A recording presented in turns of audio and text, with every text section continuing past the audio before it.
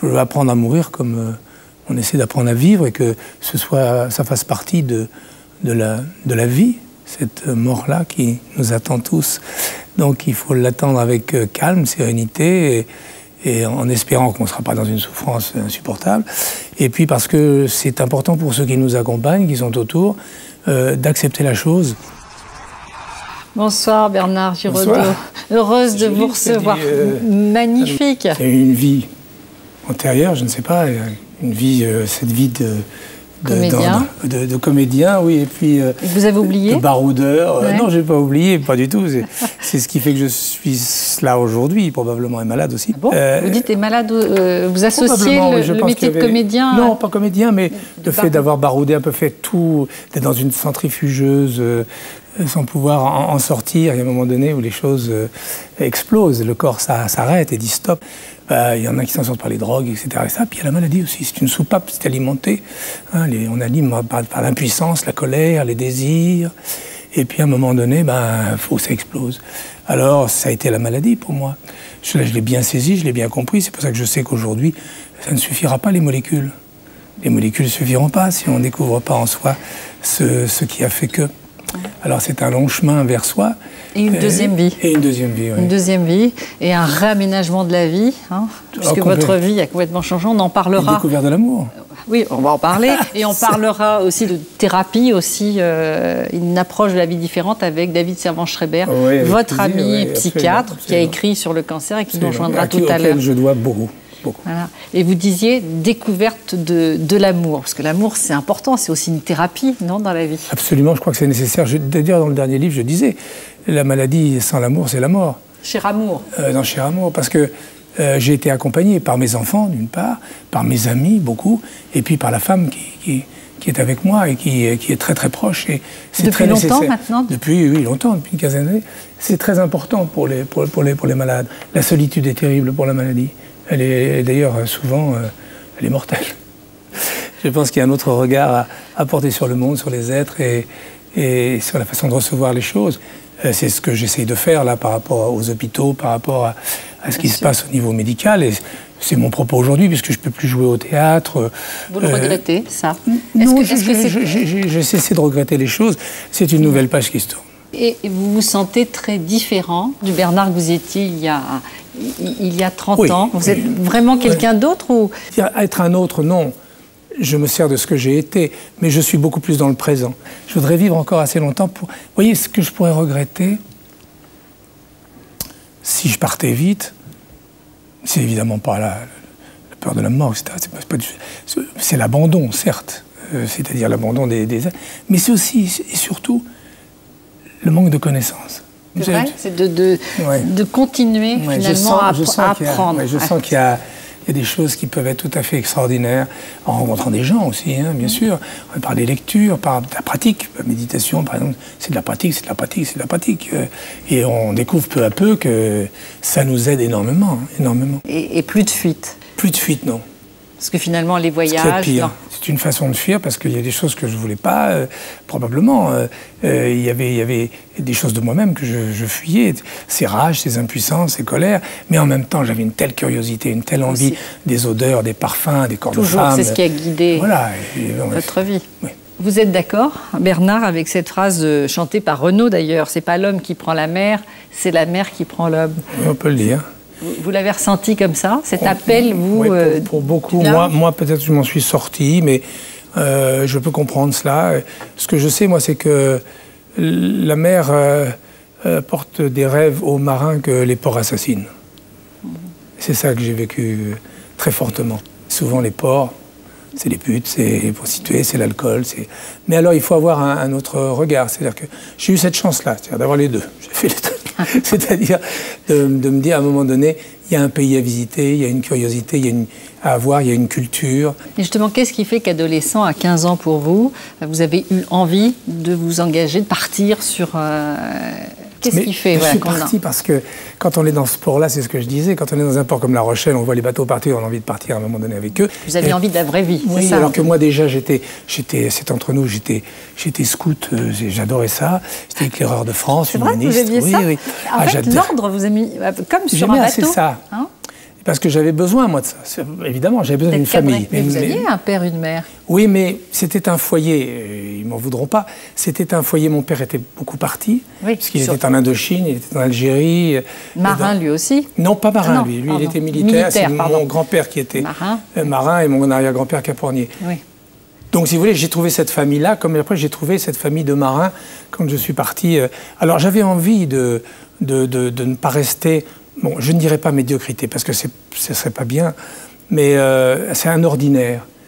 Et je ne sais pas pourquoi quelque chose me titillait et me disait « ça ne veut pas ça ta vie, c'est pas ça, ça ne va pas être ça. Tu ne vas pas rester sur le pont de La Rochelle à boire des pots comme ça toute ta vie, c'est insupportable. Il y a sûrement le monde à découvrir, il faut lui parler au monde, il faut que tu lui écrives au monde. Mais pour lui écrire, il faut que tu le connaisses un peu. » Donc je suis parti, voilà. Et alors, qu'est-ce qui fait que vous, donc parti, si j'ai bien compris, sans vraiment beaucoup de bagages intellectuels, puisque vous êtes parti très jeune, vous avez arrêté à quel âge? 15 ans. 15 ans. Comment vous avez appris? Comment vous êtes intéressé à la lecture, à l'écriture? Parce que j'étais intelligent.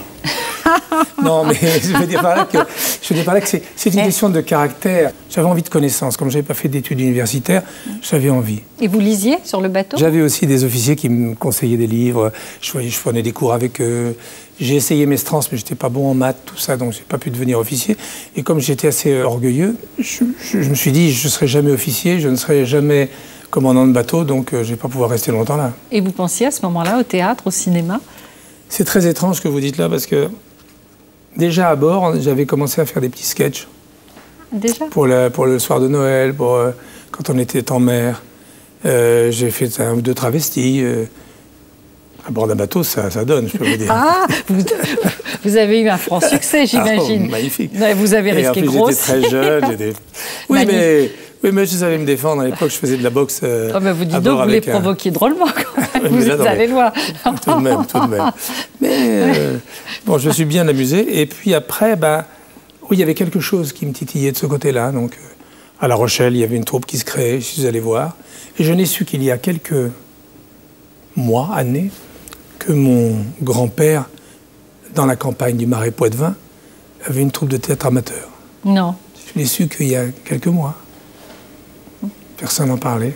C'est drôle, non? Parce que vous avez grandi aussi dans une famille où on ne parlait pas. D'ailleurs, vous aviez écrit quelque chose de très beau sur votre père. Je crois que c'est dans Les Dames de Nage. Il avait une vie mystérieuse. Hein, il n'en a presque jamais parlé. Il n'a pas été un mauvais père. Il n'a pas su. Non, il n'a pas su. Il ne savait pas. Mais c'est normal, du milieu duquel il sortait.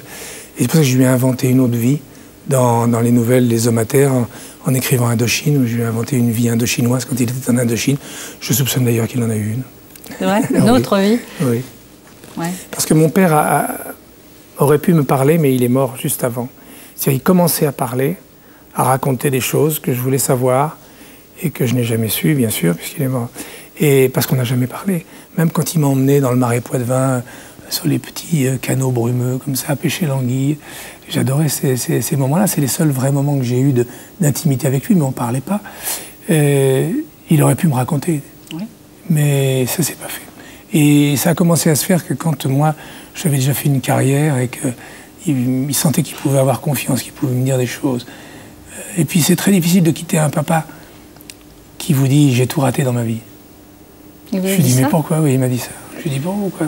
Tu as eu des enfants, ça marche bien, etc. » Mais je sentais qu'il avait quelque chose à dire de très lourd sur le cœur qu'il n'a jamais pu dire. Donc je n'ai pas voulu réitérer ça. Donc je parle beaucoup avec mes enfants. D'ailleurs, ils adorent ça et on pose des questions et puis voilà. Vous aviez dit, vous l'avez écrit d'ailleurs dans un livre précédent, que vous n'étiez pas apte au bonheur. Je n'étais. Voilà, c'est pour ça que je dis vous n'étiez pas apte au bonheur. J'étais pas apte. Je n'arrivais pas. Je comprenais pas. Je papillonnais. Je me grisais. Voilà. Je m'enivrais de vie, de tout et n'importe quoi. C'était la suite finalement du voyage. Oui, absolument. Aussi. Jusqu'à ce que effectivement intervienne cet incident. Sur le moment, quand ça a été annoncé, c'était normal pour moi. Pas eu de surprise. J'ai eu aucune surprise. Annie Dupéret, qui a été votre compagne pendant plusieurs années, qui est la mère de vos 2 enfants, disait ça aussi. C'était finalement, il y avait une incapacité effectivement aussi, la à pauvre, être heureux. La pauvre, je ne l'ai pas aidée. Ça, c'est certain que ça n'a pas été facile pour elle. C'est ce que vous dites. Ah oui, ça n'a pas été facile pour elle. Mais aujourd'hui, voilà, oui, j'ai évolué, je l'espère. J'ai appris un certain nombre de choses. Et puis, oui, je regarde différemment. Oui. Et est-ce que vous êtes un père différent aujourd'hui par rapport à... aussi? Mais je crois que les enfants sont très forts. Surtout les miens. Ils sont très intelligents. Et ils ont très bien compris toutes les failles du père. Et ça, c'est un pardon immédiat et c'est une reconnaissance magnifique. Je dis ça pour ceux qui sont atteints de ce genre de pathologie. Ça vous permet de mieux accepter les choses encore, d'avoir cet amour-là, d'avoir ce regard. Bon, parce que je pense ils sont à la fois fragiles et très forts. Et donc on en parle beaucoup, même de ma disparition, qui peut être... C'est vrai, vous en parlez avec oui, bien sûr, j'en parle. Oui, moi j'en parle. Je veux que ça soit... Je veux que... Voilà, je veux apprendre à mourir comme on essaie d'apprendre à vivre et que ça fasse partie de la vie, cette mort-là qui nous attend tous.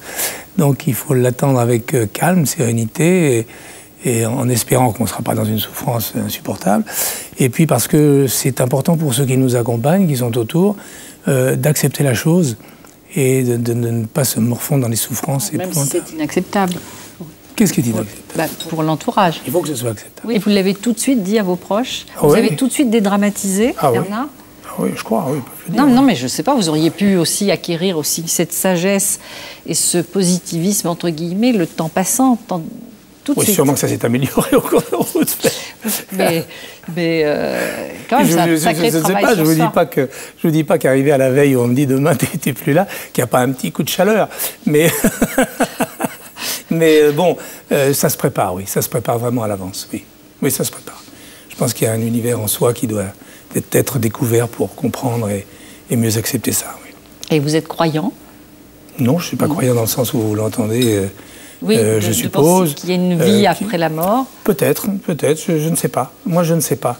Comme je ne sais pas, vous savez, en général, on a peur de l'inconnu. Moi, j'ai beaucoup été dans l'inconnu.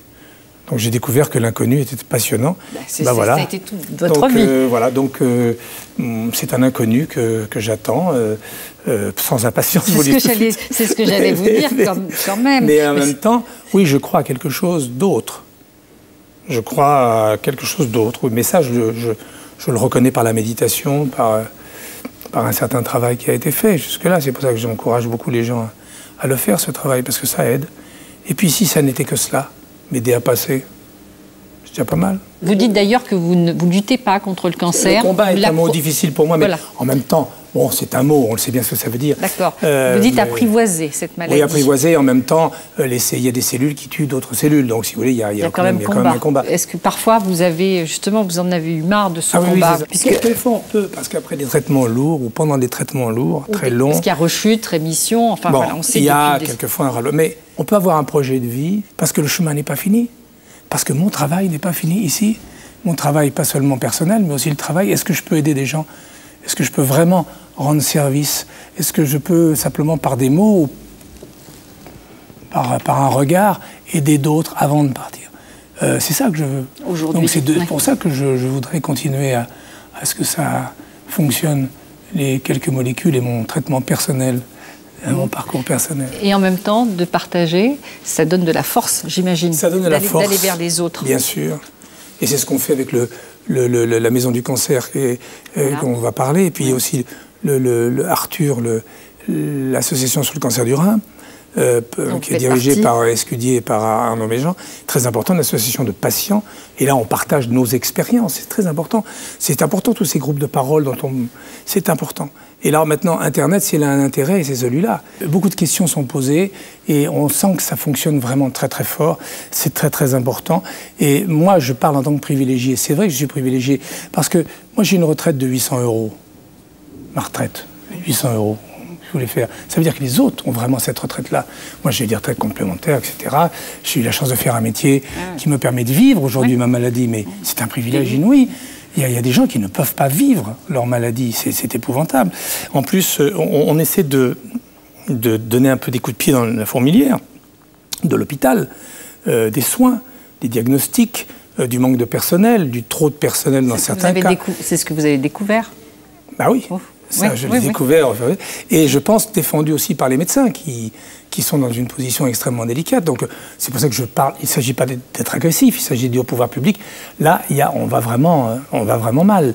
Là, on est en perdition, il faut faire quelque chose. Et alors, avec le site, la Maison du Cancer, vous dites qu'il faut être absolument un malade actif aussi. Oui, alors, cette prise en charge aussi vous permet d'être dans l'action, une véritable action. De dépasser aussi la peur, parce que comment dépasser la peur, et puis aussi, parce qu'à un moment donné, ça devient une obsession, la maladie, parce qu'elle est là, elle nous entoure. Il ne faut pas qu'elle soit au centre. Comment on fait? Il faut éviter qu'elle soit au centre, et en même temps, elle a tendance à vous ramener au centre, à se mettre au centre.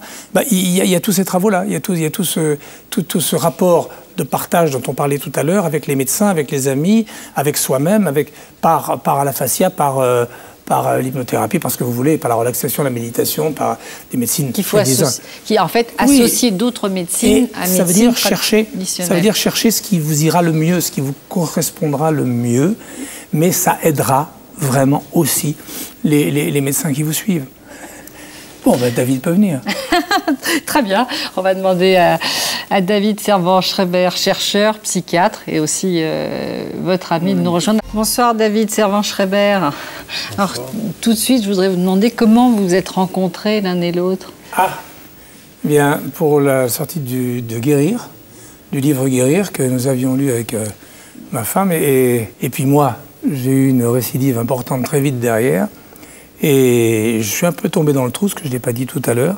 C'est-à-dire dans le trou? C'est-à-dire tout d'un coup, là, je me suis dit, bon, c'est terminé, j'ai plus envie, j'étais mal, j'étais dans une espèce de dépression, et surtout par rapport à la méconnaissance de moi-même, je n'avais pas. Bon, j'avais rencontré David, je suis allé le voir, et là, il m'a remis en selle, en me parlant des statistiques, en parlant d'énormément de choses, de la nutrition, des parcours que je pouvais faire. Et donc, depuis, il me transmet les nouvelles connaissances, etc., etc. Et il m'a beaucoup aidé. Et vous, alors, qui vous a aidé quand il y a 19 ans maintenant, vous avez découvert que vous aviez une tumeur au cerveau? Tumeur cancéreuse, évidemment. Moi, j'ai vécu cette expérience étrange d'être médecin, d'être chercheur en neurosciences, et un soir d'expérience avec un scanner sur le cerveau d'un étudiant qui devait nous servir de cobaye qui n'est pas venu, et qui a fait que c'est moi qui suis monté dans la machine. Et ce soir-là, à Pittsburgh, il y a 17 ans, effectivement, j'ai découvert que j'avais, moi, un cancer au cerveau. C'était une expérience difficile pour tout le monde. Le jour où on vous dit « vous avez un cancer », je pense que ce sont des mots très violents, qu'on se prend en pleine figure. Mais pour un médecin et scientifique, cette curiosité supplémentaire qui est qu'on est absolument persuadé que ça ne peut pas nous arriver. Vous êtes protégé par votre statut. Par la blouse blanche, par les connaissances, par le statut, absolument. Ça ne doit pas arriver à un médecin. Et juste... Ça fait rire, imbécile. Mais oui, c'est vrai qu'on doit... En même temps, aujourd'hui, très honnêtement, je le sens bien, moi, en rencontrant beaucoup de médecins, ils sont les jetons. Et comment, justement, de médecin, on devient patient? Parce que ça doit être une sacrée expérience, et aussi on passe de l'autre côté. Une expérience, j'imagine, enrichissante aussi. Les premières semaines, c'est d'abord très difficile. Moi, je travaillais comme chef du service de psychiatrie dans l'hôpital général universitaire de l'Université de Pittsburgh. Et donc, je marchais dans ces couloirs, montais et descendais les étages toute la journée pour aller voir des patients qui étaient en chirurgie, en cardiologie, en cancérologie. Mais dans le même hôpital, quand il fallait que j'aille faire un scanner, il y avait un règlement qui imposait qu'il fallait être mis dans une chaise roulante pour qu'on vous emmène au scanner. Et donc, quand d'un moment à l'autre, où j'étais ce type en blouse blanche qui se déplaçait allègrement d'un endroit à un autre, on me disait, bon, maintenant, montez dans la chaise roulante, et qu'on me poussait comme un handicapé ou quelqu'un qui était déjà très malade pour aller jusqu'au scanner d'IRM, je me sentais franchement dégradé. Aujourd'hui, on ne peut pas guérir le cancer avec brocoli, jogging, méditation. On ne peut pas, il faut être très clair, il faut le dire. Donc ce que vous préconisez, vous, c'est déjà un régime alimentaire? C'est bien sûr nutrition, avant tout. Donc trouver une nutrition qui soutient les mécanismes de santé du corps. Ce que vous faites, Bernard? J'essaie. Ce que vous essayez de faire? L'activité physique, qui est absolument essentielle au maintien de la santé, pour canaliser l'énergie de santé du corps. Et puis la gestion du stress, donner un maximum de sens à sa vie, plonger au maximum dans l'amour, dans l'affection, dans l'amitié. Et si vous faites ça, eh bien, toutes les études nous montrent que vous avez beaucoup plus grande chance de ne jamais avoir de cancer. Et si vous en avez déjà un, de mieux vous en sortir. C'est ce retour à une harmonie avec la nature, avec tout simplement un équilibre qu'on a perdu. Et on essaie de retrouver un équilibre. Et ça paraît difficile aujourd'hui dans notre société moderne. Mais en fait, ce n'est que ça, rééquilibre naturel. Et David, est-ce que vous êtes un médecin différent depuis justement que vous avez connu la maladie ? C'était une transformation du tout au tout pour moi. Parce que vous savez, moi je suis né dans une famille qui mettait pas mal d'importance, qui attachait pas mal d'importance à la réussite professionnelle et à la gloire même. Et donc j'étais parti bille en tête pour être un chercheur scientifique. Et la médecine, pour moi, c'était un tremplin vers la recherche scientifique avec des honneurs au bout. Et je me suis consacré à ça pendant très très longtemps. Et c'est d'ailleurs en pleine course vers ça que j'ai été arrêté en pleine course. Message qui n'était pas innocent. Et du jour au lendemain, à travers mon expérience de la souffrance, c'est mon métier de médecin qui a pris le dessus. Parce que je me suis rendu compte que à chaque fois que je pouvais aider quelqu'un à souffrir moins, du fait que je me sentais très proche d'eux, parce que j'avais vécu moi, c'est comme si je m'aidais moi-même. Et mon métier de médecin est devenu quelque chose que j'ai commencé à apprécier seulement, complètement, après avoir été malade. Et la spiritualité, être sur un chemin comme ça, c'est quelque chose que vous partagez ? Je pense qu'il y a un moment où, lorsqu'on se confronte à la possibilité de la mort, en particulier lorsqu'on ne s'y attend pas du tout, parce que la première réaction, c'est une réaction terrible d'injustice. Moi, j'avais 31 ans, toi, tu étais trop jeune aussi. C'est une réaction terrible d'injustice. Comment est-ce que c'est possible qu'on me fasse ce coup-là ? Qu'on me dise, non, voilà, fini, game over, 31 ans plus 4 ans, game over. C'est pas juste, c'était pas dans le programme. Voilà. Mais il y a un moment, on dépasse cette réaction d'injustice parce qu'on se rend compte que la mort, ça fait partie de l'équation, c'était dans le programme. Sauf qu'on ne l'a pas forcément on l'a pas intégré. Mais la maladie vous force à intégrer ça. Pour moi, la spiritualité, c'est avant tout ça, de sentir dans sa chair, dans son corps, qu'on fait partie de quelque chose qui est beaucoup plus grand et qui est plus important que soi et auquel on a finalement envie de contribuer dans la mesure du possible avant de se dématérialiser. L'intérêt en tout cas de l'événement maladie, qui est un événement dans sa vie, c'est de ce que dit David, c'est-à-dire tout d'un coup, il y a une autre approche de cette vie-là, donc la mort vous aide à vivre aussi, mieux, et à comprendre que tout n'est pas aussi simple et aussi matériel, et ça c'est merveilleux, c'est-à-dire qu'il y a un univers dans lequel on entre, et ça c'est la maladie qui vous l'a apporté, ça peut être un autre événement, oui. Un événement douloureux, un conflit, etc. Mais ça nous aide à vivre. Et à être aussi face à soi-même, à ne plus tricher. À ne plus tricher, oui, ça c'est important. Moins tricher. À moins tricher. Moins, parce que oui. Moins. Alors là, d'où je viens, moi, c'est un métier du paraître. Je peux vous dire que c'est un gros travail. C'est un gros travail. Le chemin était long. Merci du fond du cœur à tous les deux. Merci pour ce que vous avez dit, pour ce que vous êtes et pour ce que vous transmettez au public. Pour ne rien manquer sur ma chaîne Ina Mireille Dumas, abonnez-vous et activez la cloche.